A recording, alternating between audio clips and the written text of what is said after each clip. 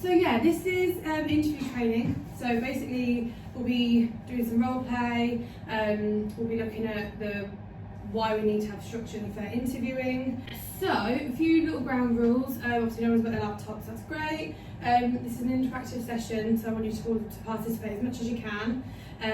Contributing, shouting out. No need to ask questions at the end. You can just jump in whenever you like. Safe space. Everyone be respectful. No judging anybody. And yeah, just have fun really. This is your session, so if you wanna, just jump in whenever you like. Any questions before we start? No. No. Great. Okay, so we've got 4 learning objectives for today. So number 1, we're going to understand the principles of structured and fair interviewing.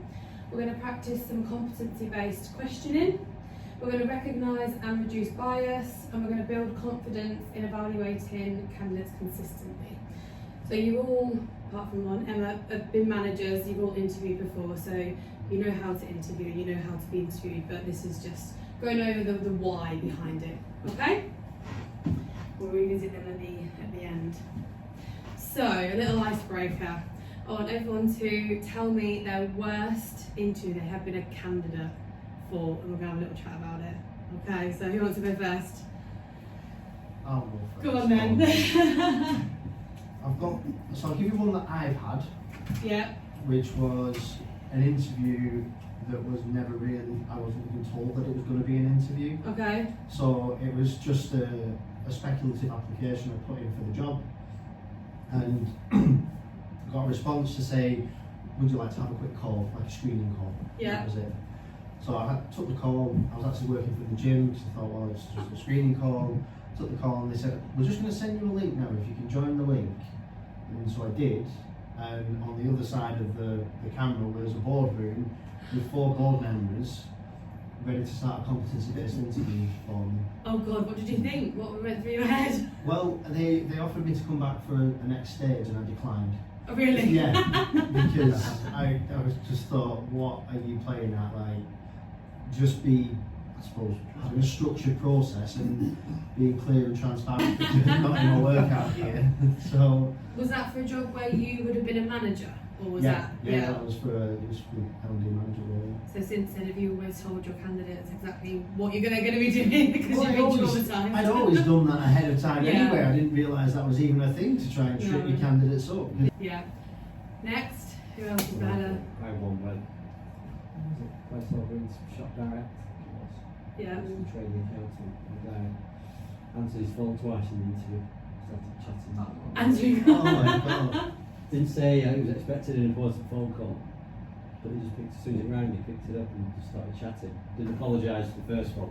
The second one, he did it again. And just like The interview he did, yeah. Just answered his phone twice, just chatting away.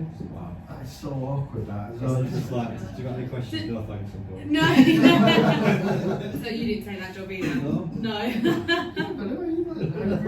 That's awful. Gosh, they're not a good perception of that company No. now.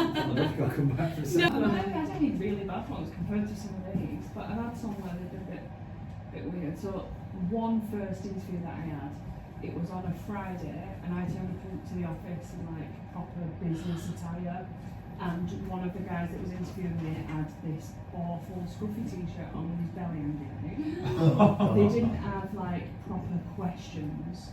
It is. Okay. Emma?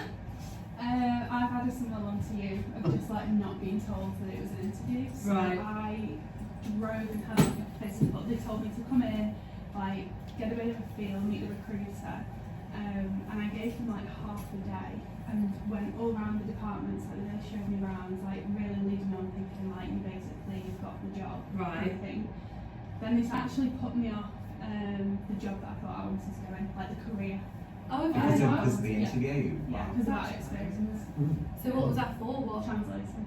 Oh, okay. I thought you were going to say because I'm going to be a doctor now. Yeah. Matt? I don't know, it's similar to what Adam and Mm. Emma were saying, really, like not being interviewed, thought you were turning up to.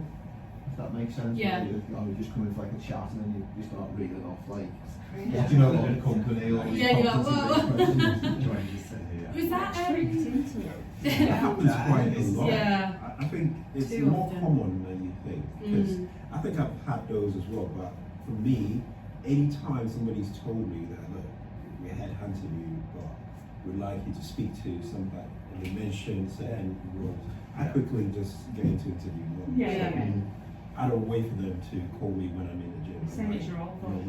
Well, the thing is I'm not saying. No. I'm just saying, naturally, because of the experiences I've had, Yeah. anytime somebody tells me, look, we're interested in talking to you about Yeah. the role, I dress for it. If I'm taking that call, Yeah. I dress for it. I'm in a position where I can access my Yeah. laptop. Well, when they said that it's going to be a phone call, in my head I'm like, well, it's a phone call. phone, And yeah. then we go, oh, have you got your laptop in front of you? I'm like, yeah. Just click on that link for us. Yeah. I'm like, whoa. hi. You're like, oh my god, there's like board members and all sorts sat there. But I always think screening is a really important part of the process because Yeah. before you start getting down that path of investing, it's a two-way street because it's the company's time and money, the hiring manager's time and effort, as well as the candidate's time and effort. You've got to be really clear and open and honest with each other right at the outset. Okay, this is what it is, this is the salary, this is what the job looks like, here's the current situation, talk to me about you, your salary expectations, because you don't want to get all the way down a process and offer someone and then they go, yeah, the salary's not enough, or True. I'm That not quite happens too sure. often as well. Yeah, and all that kind of thing. To So I be just fair, think, that's true. yeah, just put, Yeah. everyone put the cards on the table at the beginning so everyone knows what they're getting themselves into. Yeah. And then you make a decision at that point. Is this do we want to invest in you, or do I want to invest in this Yeah. in trying to get this opportunity? That's something you did quite well. Thank you. It was pretty clear about. Yeah. Yeah, You first expect, you're not expecting to conversation. be You've got to prepared be, for haven't this you? interview, Yeah. or be prepared live for this interview. Yeah. She was pretty clear about that. Yeah. Yeah. That's just good practice, I think, in terms It of is. interviewing. It's just setting your stall out right from the outset. Everyone's clearing in the know then, and no one can sit there and go, well, I did that. Like evasive about the actual salary. Should pay as red flag, shouldn't it? Yeah, Yeah. Examiners, the salary is great start. Should be there, it's one of the first things. that salary dependent on experience. Yeah, well, I want £1 million then. How do I get that? I'm really experienced. yeah, exactly. So the my main theme there, I suppose, not being prepared, Yeah. not letting you be prepared and being thrown in the deep end. Obviously answering calls in an interview, they're not being engaging, not being told the dress code. So it's all about them not giving you the information that you need. So now, as managers, as people who interview or have in the past, would you ever do that to a candidate? You wouldn't, and you wouldn't do that because it's happened to you, and you wouldn't want to repeat that and make someone else feel how you felt in the past. That's good. And we've got you as well to do the screening. Oh yeah, obviously. This is really helpful. But we'll come back to them in a little while. So, the core principles of interviewing. Can anyone take a guess at what they might be? If you had to guess. Structure. Yeah? Open and honest. Yeah? Engaging. Yeah? Oh, just- No. There you go. There's no wrong answers. Everyone will say what a principle is, but I've got 5 here. So, and then the first one is obviously it's running on from this. You need to prepare thoroughly. I'll pass it around. You need to prepare thoroughly. So make sure you have all the information that you need to make sure that you are going to give that candidate a good experience. Have their CV, have a notepad, make sure the room's nice and tidy, make sure it smells nice, make sure there's water on the table, to make them feel welcome and comfortable. So that's really important. Number 2, make it more kind of conversational. It shouldn't be, you look for their potential. Number 4, so if they maybe tick 8 out of 10 boxes, but then you think, oh, actually I could learn that, or it's something that we can give them as a career development plan when they join. Always look for their potential. Are they more of a cultural fit? Will they get on with the team? Are they going to be motivated enough? That kind of thing. And then obviously, lastly, be sensitive to cultural differences and any diversities. So we need to make sure that we're not, again, it all comes back to that bias, Do we need to make changes? Are they disabled? Are they in a wheelchair? Do we need to make sure they can get to the office? If they need to be in twice a week, that type of thing. So yeah, they're the kind of the core principles of interviewing. Why are they important? Keep it fair and even for everyone. Mm-hmm. I think it's good to let them have that experience, irrespective of getting the job or not. They still walk away feeling that you've been treated fairly. Absolutely. Yeah. It's important for the company as well because it gives a good picture of who they're potentially hiring. It gives you the best chance to find the best candidate as well. Absolutely. That's the whole point of the interview, to make sure we're hiring the best person that we can find. So as well as Structure as well is consistent for your line of future.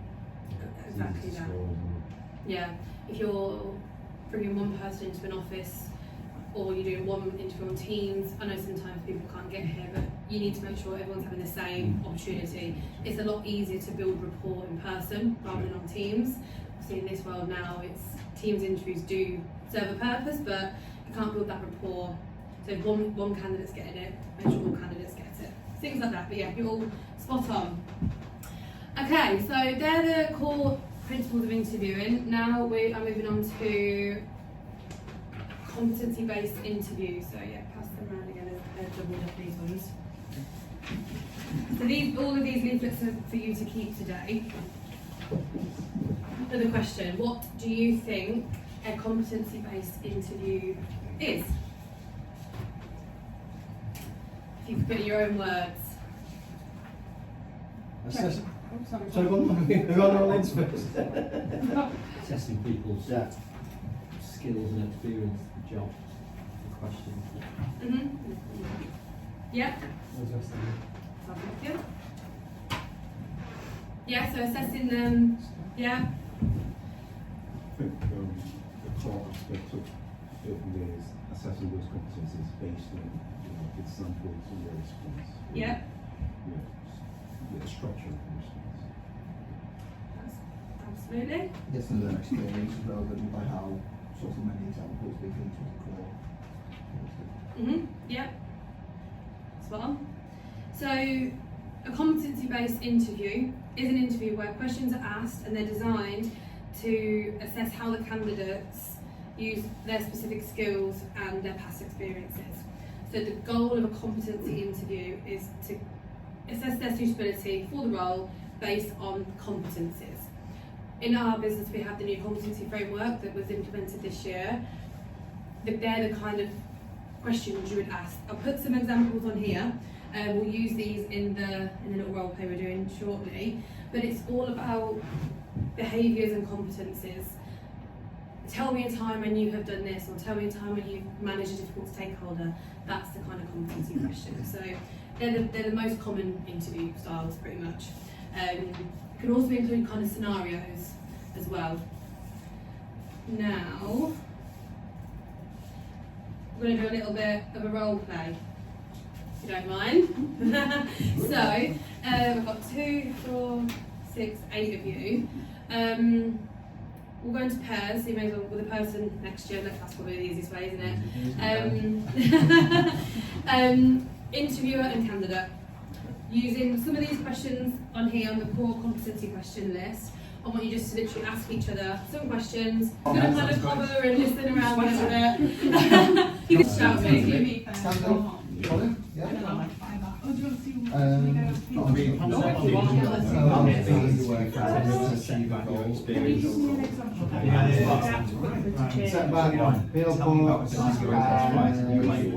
was asked to purchase 5 travel cabins and to get them in place in situ within a certain period of time. As they were on the water, winged away over, I got told that 2 of them were missing.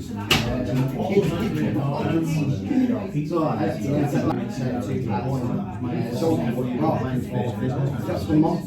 Ridiculous. The parts come from Germany, but we bought 2 from Switzerland. But we were about 10 days late, something like that, for 10 days. So it was a bit of a, obviously, essentially what we did. If there was something we original equipment to manufacture, it was kind of set on 10 days.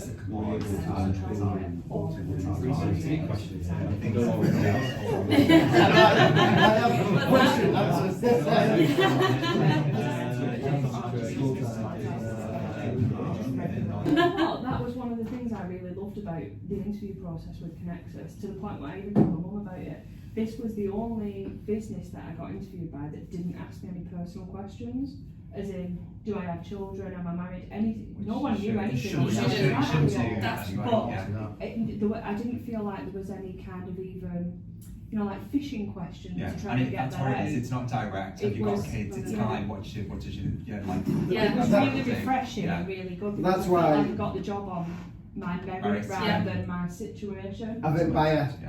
plays a massive part in interviews, and that's why a lot of them are online and fill in that. Well, anyway, a bit of feedback from me from your little role play there. And you all kept eye contact really well with each other, and you made each other feel really comfortable, which is a really big thing.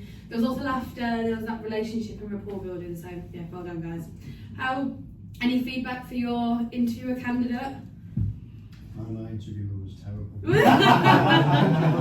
No, just very. I think it helps because we know each other so Yeah, very yeah. much, It's very not natural this engaging, situation, is it? But But no, it was good questions. We were using the values-based ones Good. just to go through some of those, and actually got me thinking. So I quite liked it. there we go. Everyone else, yeah. Fab. So, last little bit before we look back and do some reflections. Fairness and bias. So, how do you, as an interviewer, I'm going to go around, ensure you are fair and you avoid bias? If you don't know what it is, just obviously be open and honest, and we'll go through it after. But what do you think it is? I believe from my perspective, again, throughout my experiences, it's just, I'd like a company to leave an interview recognizing that, to your point, you know, it's about the expertise, it's about the competence, it's about what they're able to add rather Yeah. than, you know, But it's horrible to not have feedback, Yeah. even if it's constructive criticism. It's Like, constructive. Yeah, Yeah. if they've made an effort to write your CV, Correct. which isn't easy, Turn up. and then you've got to prepare They for the deserve status it. of interview, then yeah, absolutely. interview is a bit like a date. You both have to want to commit. You Yeah, can't. yeah. It's not just us deciding on them; they are also deciding on us. And even if we can't offer them the job now, it could be in a year's time. Yeah. So That, that's You never candidate know what you come experience across is either. yeah. Well, I came here, me and Della have got a shared Yeah. boss from previous. Yeah. Absolutely. For me, it's number one, being super clear on the criteria for the role or what the successful candidate looks like, building them questions out against that criteria, and then making sure you follow that consistent set of questions. Yeah. And then you can, I mean, in an ideal world, you want to almost create a scoring mechanism so that it's not only is it fair and robust, but it can be demonstratively fair as well, Yeah. so that it's there's no Absolutely. question over any sort of bias. Then it's just here's how you scored based on these answers that you gave, and Absolutely.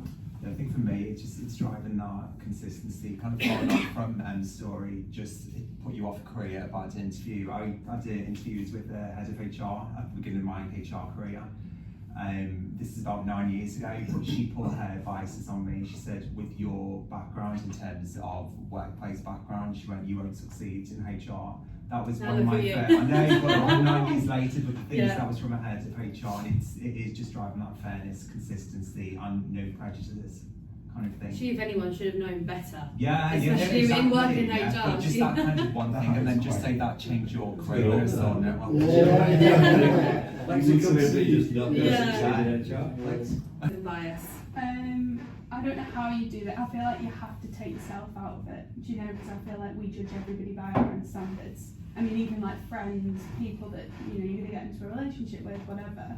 You judge people by your own standards, like your own educational background, what you think is right. So I think you have to actually take yourself out of it, to judge them by a more structured standard. That, to your point, is like the criteria of the job and things like that. Yeah. Perfect. Yeah. Yeah, definitely. I think I echo like standardising the questions and Yeah. scoring is definitely something I like to do when Yeah. I'm interviewing. You stole my thunder. Oh. I've always believed bias is very unconscious.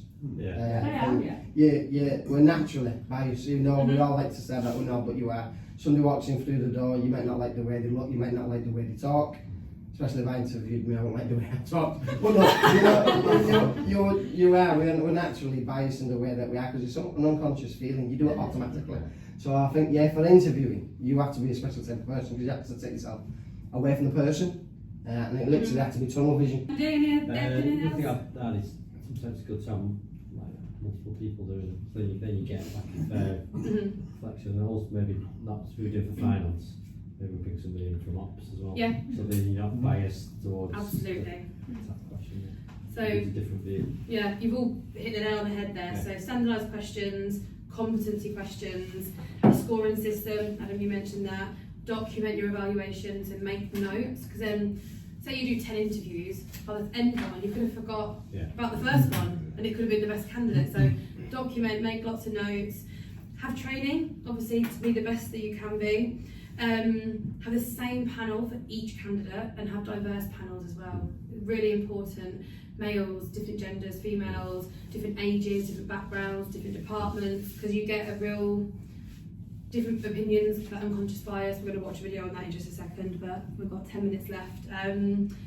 But yeah, just as diverse as you can, standardise everything. Everyone has the same, and always keep the same interviewer through the process as well for that continuity. I think that's really important. Usually who would be the line manager, that probably should be. But so yeah, but really quick video. I'm going to play it on my laptop for you all to watch, and it goes back to what you two were saying, unconscious bias. Where's the big screen? Can you all see that? If I just Oh, wait a minute. Automatic judgments and preferences that influence decisions. Without unconscious bias refers to automatic judgments and preferences that influence decision making without a person being aware of them. These biases develop from past experiences, cultural influences, and personal associations, shaping how individuals perceive others and interpret situations. Unlike deliberate prejudice, unconscious bias operates subtly, affecting everyday interactions, choices, and evaluations. Because it happens outside of conscious awareness. So yeah, obviously unconscious bias, we don't know we're doing it, so if anything you can to take it away out of the equation, we must do. Okay. Have we all learned something? Yeah. So we now understand the principles of structured and fair interviewing. You've got your little take home here. Prepare thoroughly, be objective, make it conversational, build that relationship, look for their potential, and make sure you're understanding their kind of cultural differences and things like that. We practice some competency-based questioning. I know, as I said, it's not the most natural situation to be in, but thank you for trying. And I think using these take-homes, any questions you need, you can use these if you want to add some into your interviews. Give me a shout and I can always make some more for you. We've recognised and we've reduced bias, but we will reduce bias going forward. Not that I think any of you do that, but again, it goes back to being unconsciously biased. And I hope you're all confident in how to evaluate candidates consistently using everything we've learned. Any questions? Any thoughts? Would you do anything differently now, or? Yeah, no, it's good. I love the competency questions, especially around values. The values Like ones, that. yeah. They're really good. Yeah. We have values for a reason. We should use and try and hire people that have the same values. Yeah, definitely. That's really good for cultural fit as well and stuff like that, assessing that side of things, and having that blend of technical with cultural fit is really important. I think it comes back to knowing the criteria of the person that you're looking to find as part of the, if you're looking for someone who is ready to hit the ground running, Yeah. obviously you'll ask the values questions, but you probably ask a lot of technical questions. Yeah. Whereas if you're looking for someone that is a developmental role,